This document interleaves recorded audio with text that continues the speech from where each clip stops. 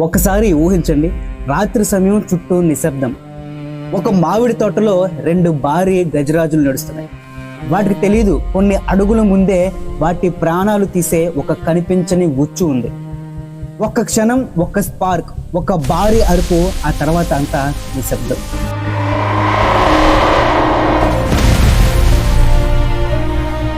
కొన్ని సెకండ్లోనే రెండు ఏనుగులు నేలపై పడిపోయాయి. వాటి శరీరంలో ఇంకా కరెంటు ప్రవహిస్తుంది. ఒక రైతు తన పంటని కాపాడుకోవాలని తోట చుట్టూ కరెంటు తీగలతో కంచి వేశాడు.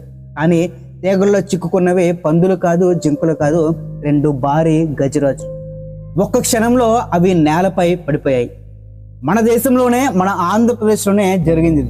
తిరుపతి జిల్లాలోని ఒక మామిడి తోట దగ్గర అక్రమంగా అమర్చిన కరెంటు తీగల్లో చిక్కుకొని రెండు అడవి ఏనుగులు ప్రాణాలు కోల్పోయాయి. ఈ సంఘటన చాలా బాధాకరం. కానీ ఈ ఘటన వెనుక మనందరం ఆలోచించాల్సిన ఒక పెద్ద ప్రశ్న ఉంది. ఏనుగులు అడవిలో ఉండాలి, పులులు అడవిలోనే ఉండాలి. కానీ ఇప్పుడు అవి ఎందుకు గ్రామాల్లోకి వస్తున్నాయి? ఎందుకు మనుషుల నివాసాల్లోకి ప్రవేశిస్తున్నాయి? సత్యం ఏమిటంటే, వాటి నివాసాలని మనమే నరికేస్తున్నాం. వాటి ఆవాసాలని నాశనం చేస్తూ మనం వాటి ప్రదేశాల్లోకి ప్రవేశిస్తున్నాం. అదే అడవులు తగ్గిపోవటానికి కారణమైంది. రోడ్లు వేస్తున్నాం, ఇల్లు నిర్మించుకుంటున్నాం, పొలాలని విస్తరించాం. అభివృద్ధి పేరుతో అలా నెమ్మదిగా అడవులని తగ్గించేసాం. అడవులు తగ్గిపోతే అక్కడ ఉండే జంతువులు ఎక్కడికి వెళ్తాయి? ఆహారం కోసం, నీటి కోసం అవి బయటికి రావాల్సిందే. అందుకే ఇప్పుడు ఏనుగులు, పులులు, జింకలు, పందులు, ఇలా అడవి జంతువులన్నీ కూడా మనుషుల నివాస ప్రాంతాల్లోకి వస్తున్నాయి. ఇక్కడే మరొక పెద్ద సమస్య మొదలవుతుంది. రైతు తన పంట కోసం సంవత్సరం మొత్తం కష్టపడతాడు. మరి ఒకే రాత్రిలో జంతువులన్నీ వచ్చి ఆ పంటని నాశనం చేస్తే ఆ రైతు పరిస్థితి ఏంటి? ఎలా ఉంటుంది? అందుకే చాలా మంది రైతులు తన పంటని రక్షించుకోవాలని పొలం చుట్టూ కరెంటు తీగలు వేస్తారు. ఇక్కడ విషయం స్పష్టంగా చెప్పాలి.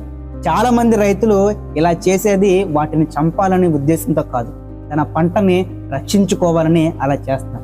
కానీ ఇక్కడ మరొక సమస్య ఏంటంటే, ఈ కరెంటు తీగల చట్టపరంగా చాలా ప్రమాదకరమైన విషయం. ఎందుకంటే తెలియక చేసే ఒక తప్పు ఒక రైతుని భారీ చట్టపరమైన సమస్యల్లోకి నెట్టేస్తుంది. మన దేశంలో అడవి జంతువుల్ని రక్షించడానికి 1972లో ఒక ప్రత్యేకమైన చట్టాన్ని తీసుకొచ్చారు. దాని పేరే వైల్డ్ లైఫ్ ప్రొటెక్షన్ యాక్ట్. ఈ చట్టం ప్రకారం ఏనుగులు అత్యంత రక్షణలో ఉన్న జంతువుల జాబితాలో ఉంటాయి. దీన్ని షెడ్యూల్ 1 అని అంటారు. ఈ జాబితాలో ఉండే జంతువులకు దేశంలో అత్యంత రక్షణ ఉంటుంది.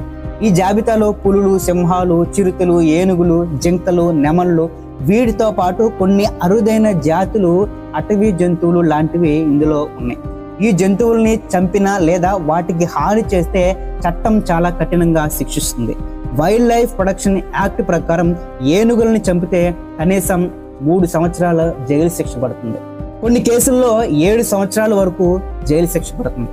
అంతేకాదు ₹1,00,000 వరకు జరిమానా కూడా పడేటువంటి అవకాశం ఉంది. ఇక్కడ మరొక విషయం ఏంటంటే, చాలా మంది రైతులు ఇలా అంటారు, మేము ఏనుగుల్ని చంపాలని పెట్టలేదు, జంతువుల్ని భయపెట్టాలని మాత్రమే కరెంటు పెట్టామని. కానీ చట్టం దీన్ని అంగీకరించదు.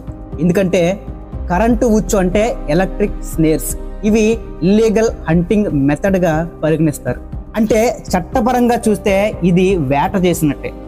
ఇంకా ఒక విషయం ఏంటంటే, ఇలాంటి ఘటనలో ఒక్క వైల్డ్ లైఫ్ ప్రొటెక్షన్ యాక్ట్ మాత్రమే కాదు, Indian penal code IPC section 429, దీన్ని కొత్తగా వచ్చిన BNS సెక్షన్ లో ఏ చట్టం కింద పెట్టారో తెలియదు, కానీ దీని ప్రకారం జంతువుల్ని చంపితే 5 సంవత్సరాల వరకు కూడా శిక్ష పడేటువంటి అవకాశం ఉంది. అలాగే ఎలక్ట్రిసిటీ యాక్ట్ కూడా దీనికి వర్తిస్తుంది. అక్రమంగా కరెంటు తీసుకొని పొలం చుట్టూ తీగలు వేస్తే 3 సంవత్సరాల వరకు జైలు శిక్ష పడే అవకాశం ఉంది. అంటే ఒక రైతు కరెంటు తీగలు వేసి ఒక ఏనుగుని చంపితే లేదా అటవీ చట్టం కింద రక్షించబడుతున్న ఏ జంతువు చనిపోయినా వాటికి హాని కలిగించిన ఒక్క కేసు మాత్రమే కాదు, ఒకేసారి 3-4 కేసులు పడే అవకాశం ఉంటుంది.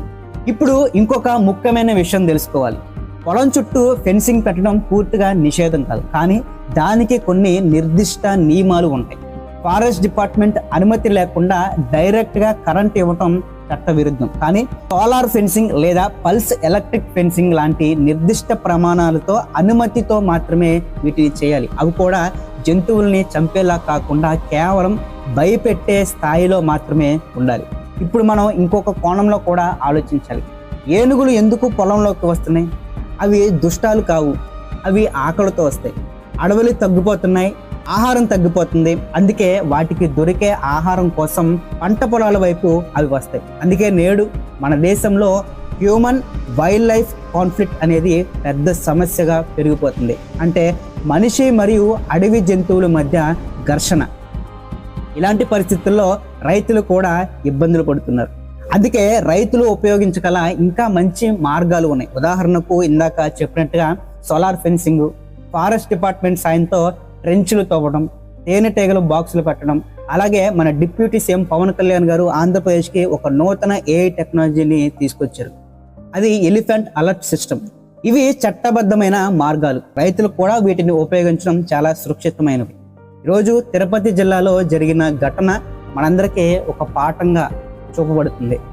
పంటని కాపాడుకోవాలి, అది రైతు హక్కు. కానీ చట్టాన్ని ఉల్లంఘించి జంతువుల్ని చంపడం ఎప్పటికీ సరైన మార్గం కాదు. మనిషి, అడవి జంతువులు ఇద్దరు ఈ భూమి పైన కలిసి జీవించాల్సిందే. అందుకే రైతు సోదరులారా మీరు గమనించండి, మీ పొలాల్లో అక్రమంగా కరెంటు ఉచ్చులు పెట్టకండి. ఒక చిన్న తప్పు ఒక పెద్ద సమస్యగా మారిపోతుంది, ప్రాణాలు కూడా పోతాయి. ఇక ఈ అంశం మీద మీరేమంటారు? కింద కామెంట్లో మీ అభిప్రాయాన్ని తెలియచేయండి. అంతేకాకుండా ఇలాంటి లేటెస్ట్ అప్డేట్స్ ఎప్పటికప్పుడు మీకు కావాలి అనుకుంటే ఇప్పుడే సబ్స్క్రైబ్ చేయండి. అంతేకాకుండా ఎవరైనా రైతులు ఇంకా కరెంటు ఉచ్చులు పెడుతున్నట్టయితే వాళ్ళకి ఈ వీడియోని షేర్ చేసి వాళ్ళలో అవేర్నెస్ క్రియేట్ చేయండి.